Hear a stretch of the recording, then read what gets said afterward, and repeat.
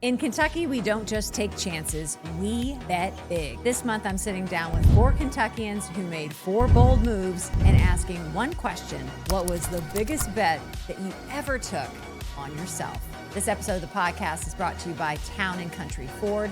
No matter where life's adventures lead you, Town & Country Ford is along for the ride. Take us back to the beginning. Yes. Because I'm curious how you got the name of the king of Louisiana Seafood. I've always worked in restaurants, starting at the age of 14. Did you always know that you wanted to be a chef, that you wanted to be involved in the food industry? Did that start out as, this is my love, this is my passion? And I think that was the biggest takeaway for me, was how do you do both at the same time?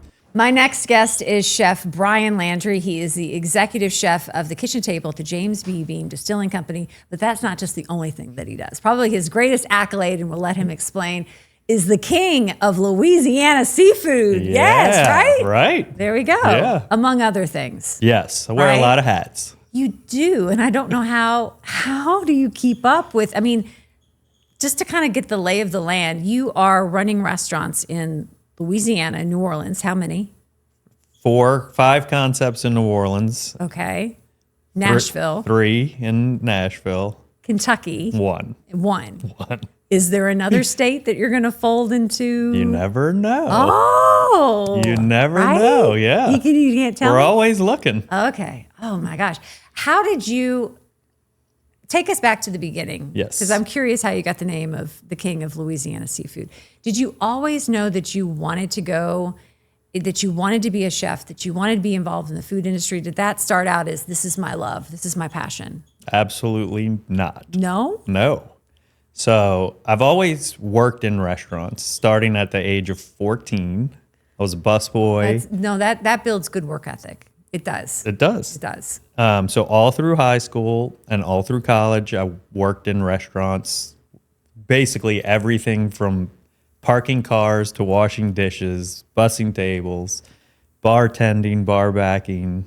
I was a waiter, and then I started cooking like my end of my freshman year of college.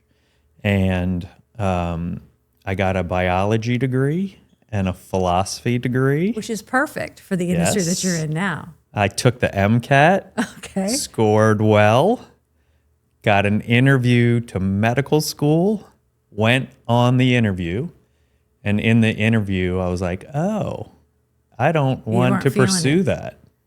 And so I went home, told my parents I was going to go to culinary school instead. Got 2 very different reactions. But my dad somehow in the moment said, pursue food like you would medicine. And that was it. Oh, that's an awesome reaction. Right? That's awesome. And so I have. And so still study, still do all the work. But it ended up, I went to culinary school at Johnson & Wales when they had a campus in Charleston. Mm-hmm. Lived in Charleston for a little while, and then always find my way back home. So now I'm 3 decades into cooking.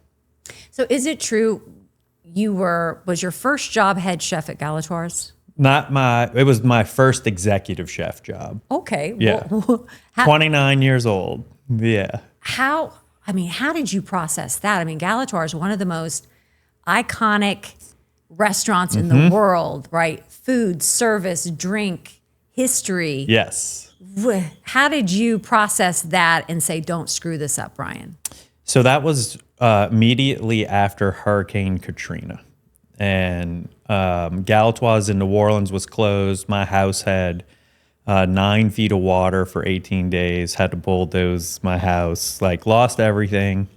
And Galatoire's had to relocate to Baton Rouge while the mothership was closed. Wow. And so, of course, the world works in weird connections, but one of my uncles was trying to throw an anniversary dinner for his wife, and Galatoure's is their favorite restaurant.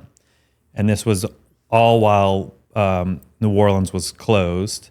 And so he was paying Galatoure's to cater this dinner, and the chef's wife went into labor, and they needed a chef to stand in to execute the food. And so, And you're like, hello. well, he called me He and he was called like, you. hey, can you come, if Galatoire says okay, can you come cook this dinner? And I was like, yeah, sure. And so, so he was in touch with Melvin Rodrigue, who's the CEO of Galatoire, and he's like, we don't have to cancel the dinner. I have a chef on standby. And I was like, how do you have a chef on standby who can come execute this? He's like, well, he's my nephew. Fast forward 2 more weeks, Melvin calls me back and he's like, hey, we're open this restaurant in Baton Rouge while we're closed. Would you be interested? And I was like, well, the most stable restaurant I knew in the city at the time was Galatoire. I was like, yeah, let's do it. So I originally took the job to be the chef in Baton Rouge. And 3 months into that job, we had a discussion about me being the executive chef of both. So for 3 years, I ran both Galatoires. And that's how I started. So it was even crazier That than... is it's a crazy start. And it's not only, it's one of the most respected dining rooms in the world, but there is a standard of excellence. Yes. That has always been there at Galatoire's. What did you learn not only about food and experience, but what did you learn about business in that atmosphere? That these two things go hand in hand. The magic of what great restaurants offer people is, to me, still unmatched in the kind of magic that's created in a dining room like Galatoire's. When people are being a community and sharing food and drink, I mean, it's like the happiest place on earth, right? But then to couple that with, well, how do you sustain a business for 100 years? So Galatoire opened in 1905. I started in the end of 2005. And so they were 100 years old when I was starting. And so you start to see, like, how do you keep this machine running at such a high level? And how do you build a clientele that is literally standing on the street trying to get a table to get in on a Friday? And I think that was the biggest takeaway for me, was how do you do both at the same time, run a successful business and constantly try to harness this magic. Yeah. And pivot with the times, Yes. right? Like, you don't want to pivot and be trendy because you have to hold tradition. Correct. That's a tricky... It is. And in a lot of cases, some of those battles that Galatoire's had to fight are now comical. They weren't funny at the time, but like when Galatoire's got an ice machine, which was like What in year? the 90s for the cocktails, it made the front page of the Times-Picayune because the customers were so accustomed to having the ice hand chipped off of blocks of ice that when they got... Well, it's different ice consistency. It is. It is. Oh, I can understand that. Yeah. Right. But how do you keep... That's debatable. How do you keep up with the volume, Yeah. hand chipping ice for every cocktail That they did for that that they long. did for that long? Oh my gosh. And so there's a million stories like that. Yeah. And a lot of times it's met with a pretty big reaction from the clientele. Yeah. But in order to keep up, sometimes you got to buy an ice Does machine. Galatoire's have an Instagram page? They do. Oh, look at us. I know. Are they on TikTok? I don't know the answer to that, but they definitely have Instagram. They have to keep up that way. At what point did you realize that this is a great experience? I've learned so much but I've got to move on to the next. Like, I think I've done what I can do here, and I think I'm up for a new challenge. It coincided with the Galatoire's going through a sale. It was I thought you were going to say the ice. The Well, ice did it for me. I was out after the ice. Part of the family, there is a part of the family that has been in continuous ownership. They're on the fifth and sixth generations now. But there was a majority of the family did decide to sell. And when that sale happened, there was a lot of changes taking place. And I had been there 6 years. And that kind of worked out naturally. It's time. that it was like, well, let me see what else is going on. And so that's when I joined the Best Restaurant Group and opened Born, which was in the Hyatt, right next to the Superdome in New Orleans. And it really explored the Spanish side of Creole cooking, which was a great change for me because obviously Galatoire was so French-oriented, doing a completely different style of cooking, but in the same vein of Creole cuisine. I think was exactly what I needed at the time. New restaurant and kind of a new foundation for you, like food-wise. Yes. That had to be challenging. Very.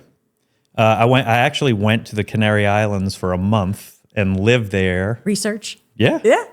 Baked bread in the mountains, went to goat farms, went all over the place. And the history is that when Spain wanted to settle what is now South Louisiana, they put a blood tax on Canary Islanders, who at the time were making what was considered the best wine in the world. And so for every ton of wine that the Canary Islanders wanted to sell to mainland Spain, they had to send X number of people to the New World. And so the original tie between Spain and New Orleans or South Louisiana is through the lens of Canary Islanders, called the Isleños. It means islander. Crazy. Yeah. And so how long did you stay at that location? So Born I had from 2012 to 2018. So another 6-year run. And then in 2016, still part of the Besh Group, we opened the Pontchartrain Hotel in New Orleans in the Garden District and the Thompson Hotel in Nashville. And in 2018, we parted ways and I started my own company called QED. And I have a business partner, Emery Whale, and the two of us have been running QED since 2018. I feel like even just I'm fascinated by like TV chefs, right? And like what they do and people in the culinary space. Because before success was one restaurant, maybe I'm showing up on the Food Network and I got a cookbook. Yeah. Right? Like that seemed to be like you've arrived. Yes. When you've had a cookbook in a storefront. Yay. That does not work. That is not a sustainable model. Somewhere along the way, people started pivoting in whether it's a series direction or guesting in different kitchens across the South. There just seem to be like so many avenues that people have to take to find success.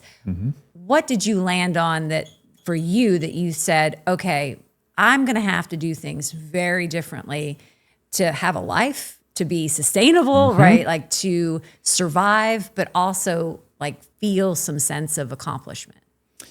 I think the biggest thing was I ran a very busy college bar for a long time, all while cooking. And then being at Galatoire's, which is a very busy restaurant. One of the things I think I've always prioritized was butts and seats over fame. Where if I really focused on building businesses that were a certain size and could generate enough income, and I really focused on keeping the seats full, then if I was good at it, then maybe the fame part would come later. But like the fame part doesn't always Fame doesn't pay, mean money or success. but either, busy really. restaurants do. And so that was one of the conscious decisions to make sure when take on a project that it was of a certain size so that all of the work wouldn't necessarily end up in a place that might be critically acclaimed, but maybe not making any money. Right. And I have 3 kids and, mouths to feed and all that. Yeah. So that was actually part of the conscious decision process. I think it's worked out for you pretty Yeah, good. it Yeah. Pause for a moment because we haven't even talked about Kentucky yet. Like, why in the world and how in the world did you end up in Kentucky? Pause. Coming right back with more of Chef Brian Landry. I grew up in a Ford family. My dad worked at the Louisville Ford assembly plant. And it wasn't just a brand for us, it was a way of life. And that's the thing about Ford, is that they're woven into a part of our culture here in Kentucky and across America. So no matter where life's adventures may take you, Town and Country Ford is along for the ride.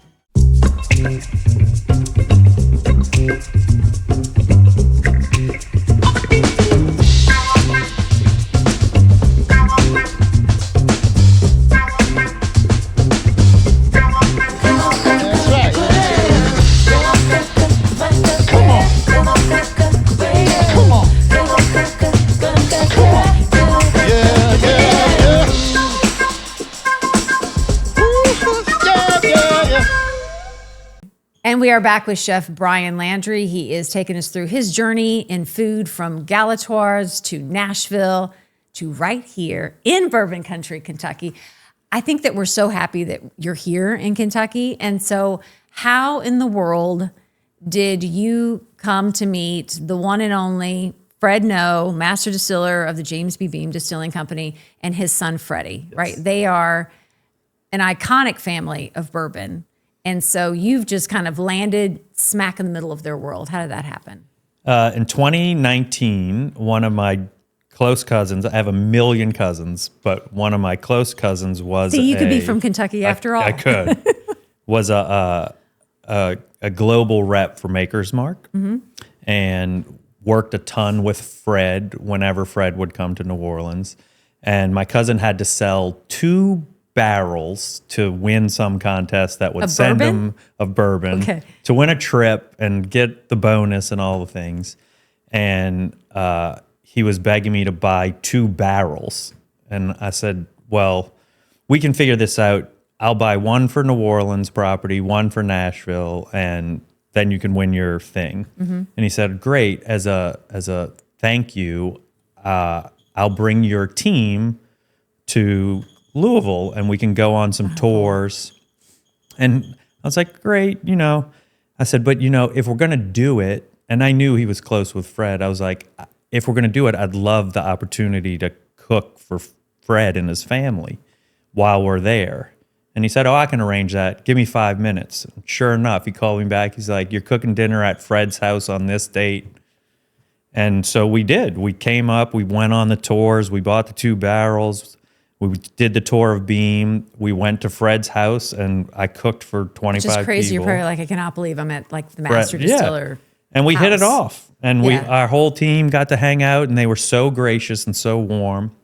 And then fast forward to the middle of COVID, I get a RFP. I don't know what it's for. I have to ask my business partner's permission to sign it. And it turns out that the Claremont campus is going to open a restaurant, and they're looking for a restaurant group to come in and do all the food and beverage.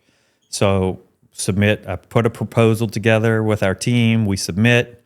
They start with 20 restaurants. They go down to 10. They go down to 5. Wow. We start doing tastings. They go down to 2, and we win the contract. And so 2020, for a whole year, we go through a planning process, get to meet Fred, talk a ton of food with Freddie, and we develop the concept for the kitchen table. I feel like the kitchen table was really one of the first places attached to a distillery to do the food experience. Yes. In Kentucky. Nobody else was doing that at that time. And what does that mean to you to be like the first in iconic Bourbon Country to do something that, seems like a no-brainer for like all these distilleries to do? It does. You set the standard for all the others. Yeah, I think the biggest thing was similar to Galatoire's. There's this legacy. Yeah. There's 250 years of this family making bourbon, and if we are going to even think of stepping foot on campus, I want to be able to stand shoulder to shoulder with the level of and quality of product they're producing. And so that has always been the mindset, that if we're going to be on campus with these icons, we have to get it right. Yeah. And so, And then what kind of food did you decide that to was do? Because it's crazy. like, okay, do we do a hot brown? Well, everybody does a hot brown. Do we do fried chicken? Ugh. You know, you don't want to like look like you're just copying what you think people want in Kentucky. And then you have this wonderful vehicle of the bourbon. Like, what goes with the bourbon? Yeah. So a ton of it was conversation with Fred and Freddie. What do you like to eat? What'd you grow up eating? You're naming the restaurant after the table in your home. So it started there, and then Freddie was like, but I also want you to do pizza. Okay. And I was like, I was like, how does that connect to any of the conversation we're having? And he's like, well, I love pizza. And I was like, great. He's like, but that's not why I want it on the menu. He's like, one of the keys to all of our bourbons is they all use the same yeast. And they've been using the yeast strain that caught on Jim Beam's windowsill in 1933. And they've kept this yeast strain alive, you know, for 90 years. And he wanted to showcase the yeast through the lens of dough. And he figured if you can figure out how to make pizza dough with our yeast, that will make a ton of sense. And so what a great idea. Yeah, what a great idea. And so Maybe all of our be in the pizzas are made culinary with Beam space. yeast. Oh, wow. What flavor do you feel like that it brings to the pizzas? I think there's a slight like nuttiness to both of their bourbons, but also in the dough that is unique to using that yeast strain. It was interesting because the funny part is it was his idea. He wanted to do it, but then I needed to get the yeast, and we were getting to know each other. So this is like a prized possession. They propagate their own yeast in a facility on the Claremont campus for all of the bourbons they make. And so I didn't know this at the time. I was like, hey, can I get the yeast so we can start testing? He's like, yeah, I'll get it to you. He's like, when are you in town next? I'm like, 2 weeks. He's like, yeah. So I'd call and be like, hey, I'm in town. He'd be like, oh, I have something going on. Well, we're talking food the whole time, and he's getting to know me, but he doesn't trust me yet. I can't give you the yeast. Yeah. Because the yeast is top secret. Is the thing. Wow. And so eventually, what if we're getting to close time. New Orleans runs off with the yeast and takes it to North Carolina or South Carolina or another restaurant. Oh, God. So it's getting close to where developing a dough takes time. I'm like, Freddie, if we're going to do it, I need the yeast because we open in a couple of months. And he's like, fine. Meet Michael Monday morning, 8 a.m. Go get in an alley, like behind the still? In front of the FBN distillery, which is where they propagate yeast. So sure enough, I don't know who Michael is, but I'll show up Monday morning, 8 a.m. There's a guy standing out front of the distillery. And I'm like, hey, are you Michael? He's like, are you Brian? I was like, I am. I was like, you got the yeast? He's like, I do. He's like, but before we go inside, there's something I need to tell you. I was like, fire away.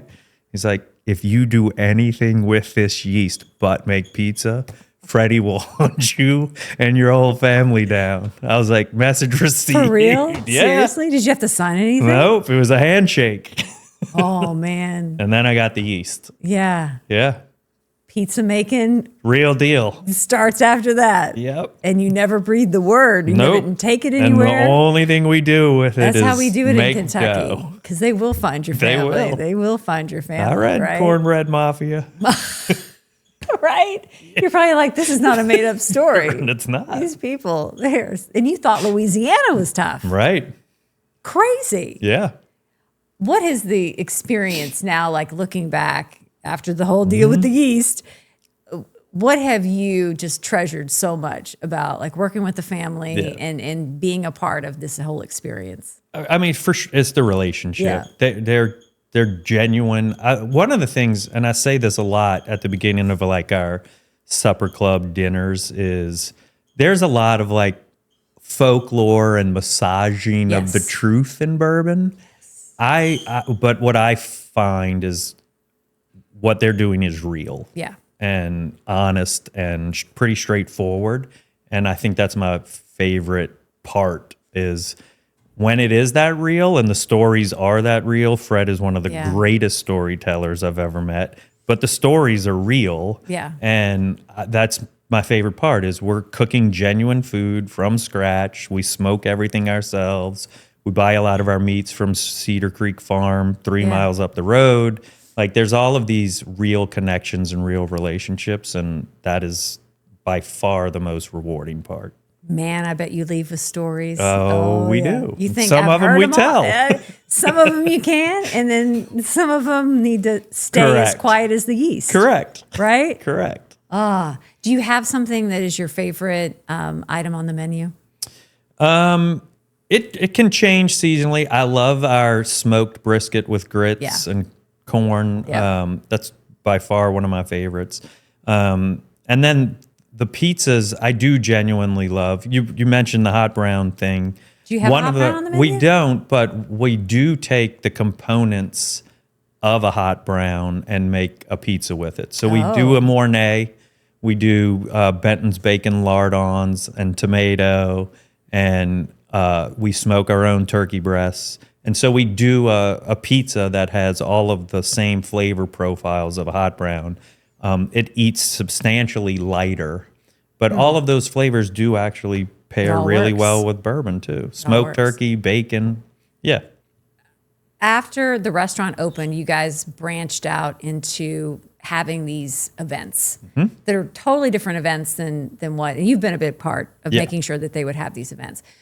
How did those events like start to develop, and what did you want them just to feel like for a person coming onto campus, because they uniquely combine food with drink, right, in a way that kind of celebrates both?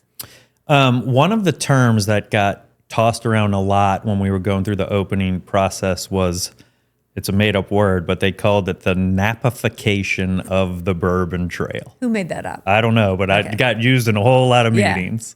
Napification. And it was this thought process that collectively a lot of the distilleries would like for there to be a more public-facing version of the Bourbon Trail, attract more, they call it bourbon tourism, attract more people, open restaurants on distilleries. Willett has a phenomenal spot.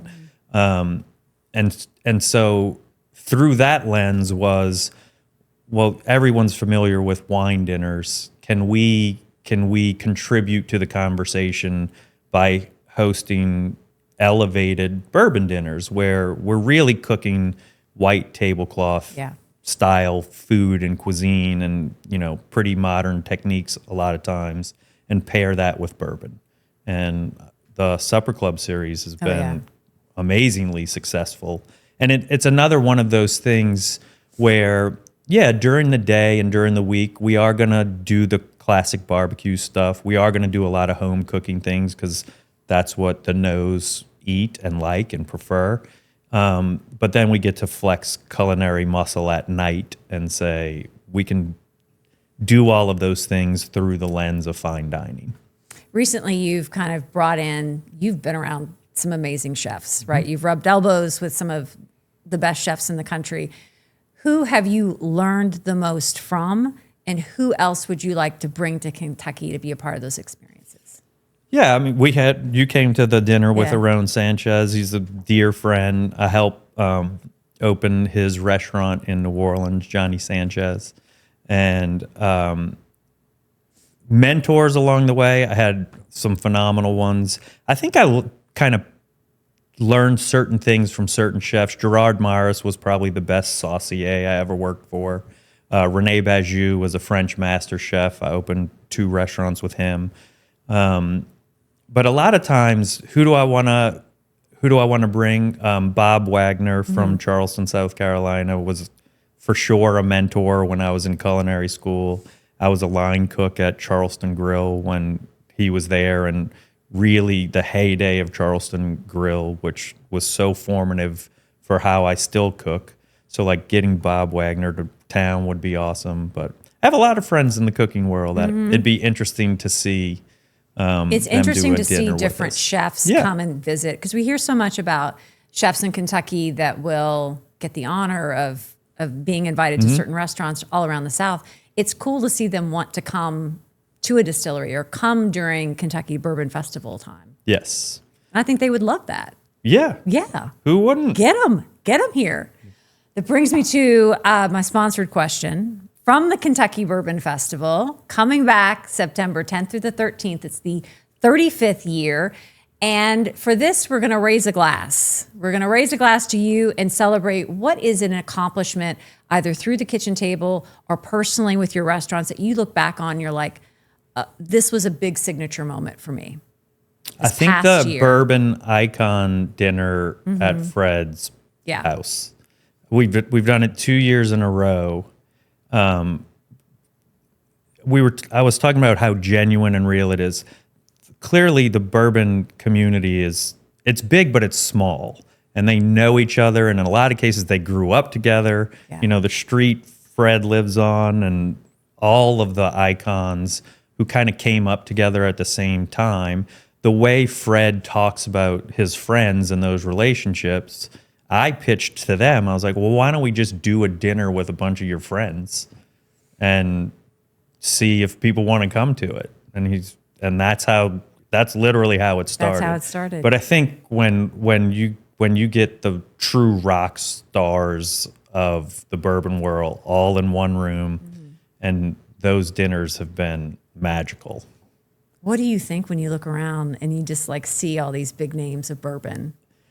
It's Enjoying an idea that you presented, enjoying the food? There's a little bit of like getting starstruck, but then as soon as you meet these people and you realize they're just people just like us, they just happen to be some of the best bourbon makers in the world. Yeah. But they are all so humble and welcoming. So it immediately, I think, takes the edge of it off. And yeah, it becomes like another dinner, and it's both. It's like, oh, they're now friends. Yeah. But they're also icons. And they've let you in the room. Yeah, and you're like, right. wait a minute. How did this thanks for happen? having me at the table. Yeah, at the table, at the kitchen table. Do you have, of all your restaurants and all the places you work, could you rank your favorite children? If they were your children, could you rank them? I could not. This is where the insanity part comes. We have not duplicated a concept. Which is amazing. And silly. Because it'd be a lot easier to be like, oh, we wrote all these recipes. Right. We could just do this again somewhere else. Totally unique at every place. So it's 9 concepts. And some of them are strictly bars. Some of them are restaurants, coffee shops. So rather than rank them, my favorite part is that in the modern day of cooking and running professional restaurants, it's become so specific. Like if you're going to serve coffee in your restaurant, it has to be good coffee. Right. And if you're going to have a cocktail program, they have to be good cocktails. And so being in boutique hotels has allowed us to seek out and find people who are really jazzed about their one thing. So finding a great sommelier to run the wine program, or a coffee nerd to run the coffee program. That has been the best part for me, is I actually get my hands in to the specifics of each part. And so I can make a mean latte. My foam art sucks, but my coffee tastes great.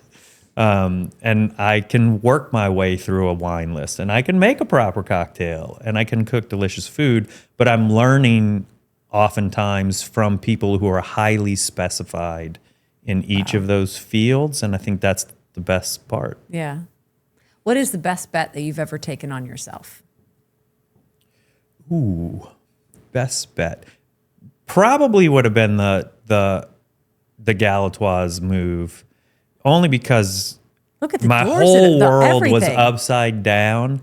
And I figured if any restaurant was going to make it through, it was going to be Galatoire's. Yeah. So that was probably the biggest one. Yeah. And I had a 10-week-old at the time. It was a wild time in life. trying to get a house together after it's been blown away. Yes. Well, I think things turned out pretty They good did. for you. They did. Definitely did. Thank you so much. Thank you for having Thank me. you.